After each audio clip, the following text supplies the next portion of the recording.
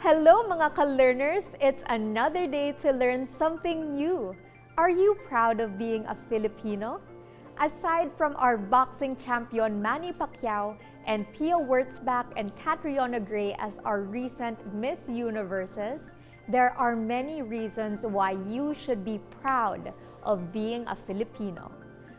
One such reason is because our history is full of acts of patriotism. One event that proves the patriotism, idealism, and bravery of the Filipinos is the 1986 EDSA Revolution. This lesson will explain why the 1986 EDSA Revolution happened. It will also discuss historical factors that made the people revolt against President Ferdinand Edralin Marcos. Among the historical events that will be discussed in this lesson are martial law, the assassination of former Senator Ninoy Aquino Jr., and the 1986 snap elections. After you finish this lesson, you should be able to understand the series of events that led to the 1986 EDSA Revolution. In this lesson, we will identify the reasons why the 1986 EDSA Revolution occurred. Every revolution's ultimate aim is to change or reform the existing conditions in a society. This means that people clamor for revolution because they want a change in society or in the system of governance. This is especially true in a democratic society where the power and authority of the state resides in the people. Ultimately, the people are the ones who are given the power to decide what is best for the country. Until the 1940s, Filipinos struggled for freedom from foreign domination. The revolution that happened during the mid-80s was different because it was a struggle for freedom from a dictator. It has been said that the 1986 EDSA Revolution was an offshoot of the abuse and immoralities that the Marcos government committed in the 1970s. Martial law was considered by many Filipinos as the darkest phase of our history. President Marcos declared martial law to maintain law and order throughout the country.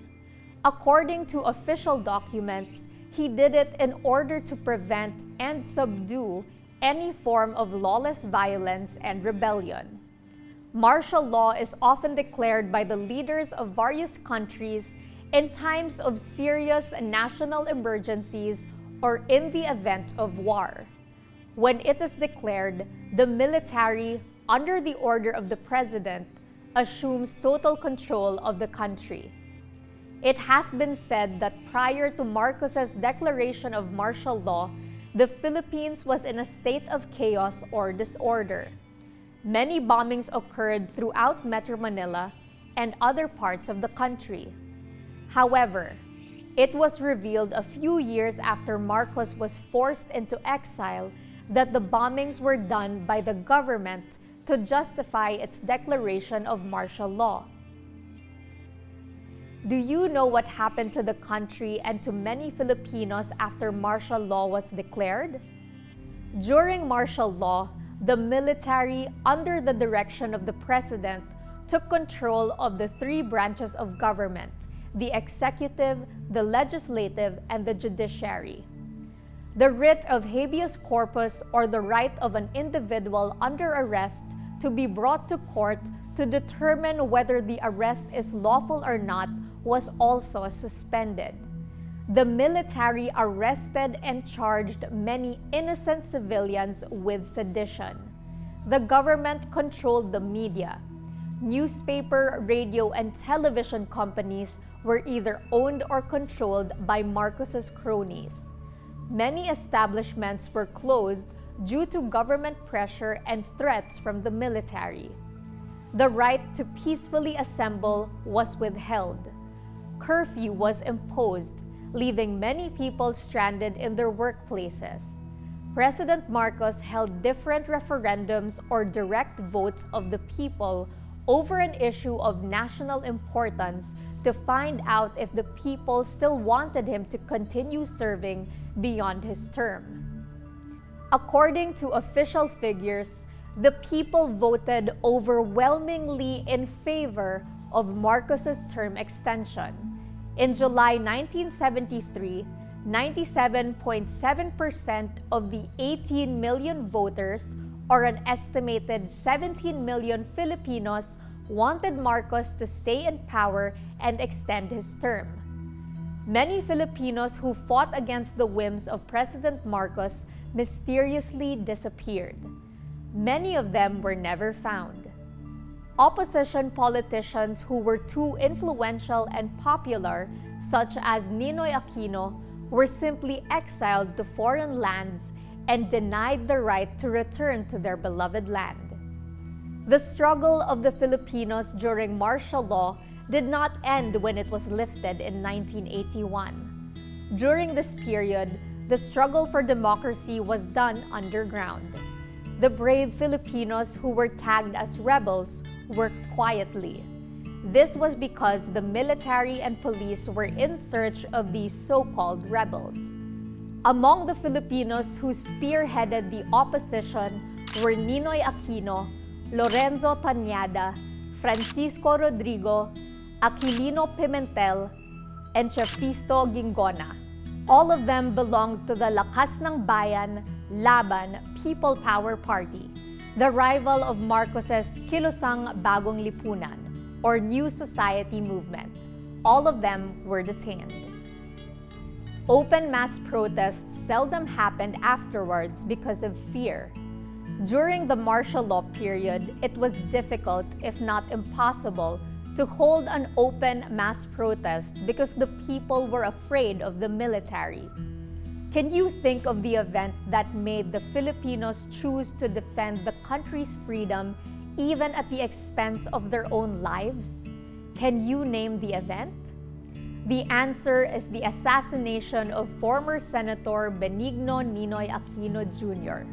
His death opened the eyes of many Filipinos and drove them to revolt against then-President Marcos. Ninoy Aquino was known to be Marcos's foremost political rival.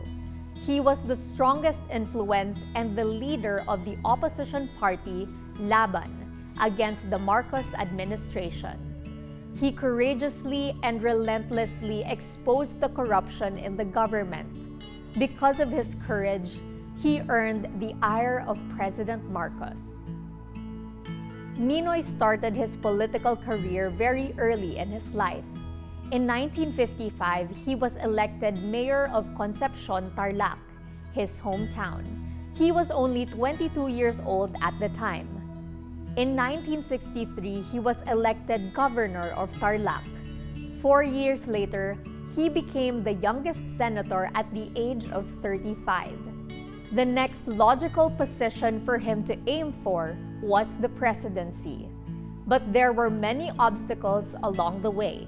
2 days after President Marcos declared martial law in 1972, Ninoy and many other alleged subversives or rebels were arrested and put into prison.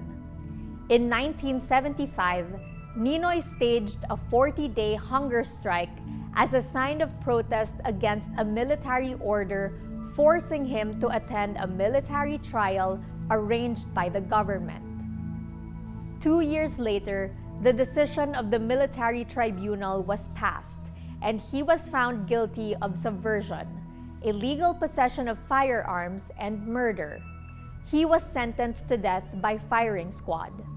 Ninoy's death sentence would not push through because President Marcos ordered his case be reopened. Many Filipinos, including those in the international community, believed that Marcos's move to reopen the case was a result of a series of protests not only in the Philippines but in other countries as well. In 1978, Ninoy announced his candidacy as a representative to the interim Batasang Pambansa. He was still in prison. However, he lost to Imelda Marcos. His party mates from Laban conducted a march in protest of the election results. After 7 years of imprisonment, on May 8, 1980, President Marcos allowed Ninoy to travel to the US for heart surgery. He stayed in Boston for 3 years with his family. However, he continued coordinating with the opposition leaders in the Philippines while in exile. After 3 years of exile, Ninoy, fully aware of the risk of coming home, still insisted in doing so. On August 21, 1983, he arrived at the Manila International Airport aboard a China Airlines flight. As Ninoy was coming down the steps of the airplane, gunshots were heard. Ninoy Aquino was shot in the back of his head. He was 50. Over 2 million people marched at his funeral. Millions of people gathered along the highways as Ninoy's body was brought to Concepcion, Tarlac, and back to Manila, where his remains were laid to rest.